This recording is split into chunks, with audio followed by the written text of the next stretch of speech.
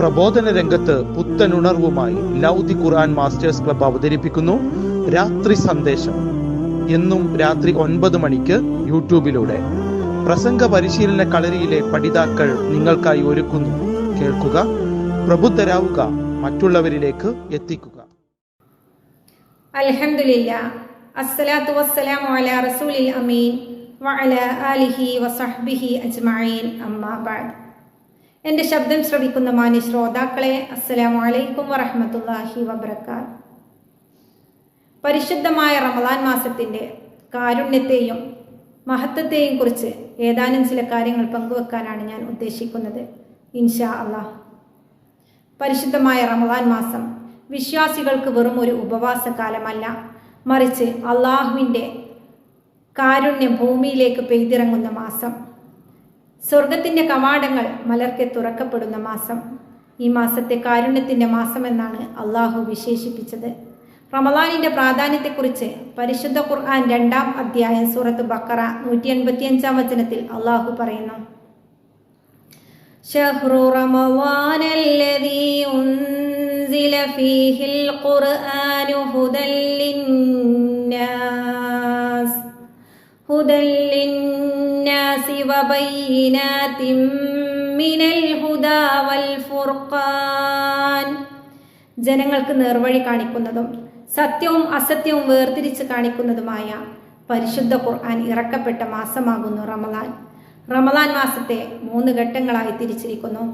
നബി സല്ലല്ലാഹു അലൈഹി വസല്ലം പറഞ്ഞു, റമദാനിലെ ആദ്യത്തെ 10 കാരുണ്യത്തിൻ്റെതും 2-ാമത്തെ 10 പാപമോചനത്തിൻ്റെതും 3-ാമത്തെ 10 നരകമോചനത്തിൻ്റെതുമാണ്.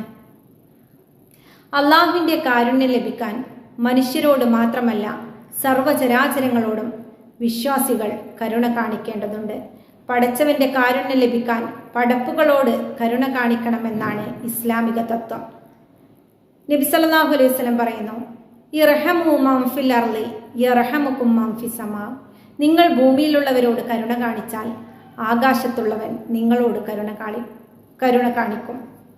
വിശപ്പിന്റെ വിളി അറിയാത്തവന് വിശക്കുന്നവന്റെ വേദന മനസ്സിലാക്കി കൊടുക്കുന്ന മാസം. നമ്മുടെ അയൽവാസി പട്ടിണി കിടക്കുമ്പോൾ വയർ നിറച്ച് ഉണ്ണുന്നവൻ നമ്മിൽ പെട്ടവനല്ല എന്ന പ്രവാചക വചനം റമദാനിൽ കൂടുതൽ അർത്ഥവത്താകുന്നു.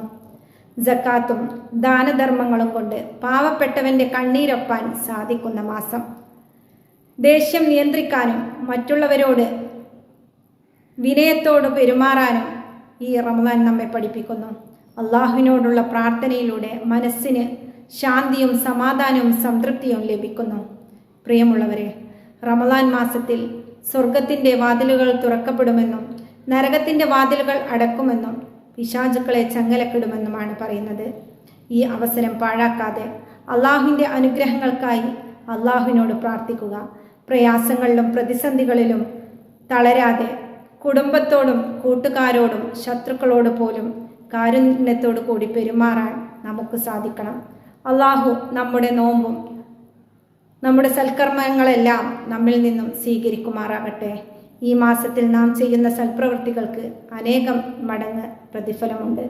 ഈ ലോകത്തും പരലോകത്തും വിജയികളായി മാറാൻ നമുക്കെല്ലാവർക്കും സാധിക്കട്ടെ എന്ന് പ്രാർത്ഥിച്ചുകൊണ്ട് ഞാൻ എൻ്റെ വാക്കുകൾ അവസാനിപ്പിക്കുന്നു. വാഹൃദാവാന അനിൽ ഹംദുലില്ലാഹി റബ്ബിൽ ആലമീൻ. അസ്സലാമു അലൈക്കും.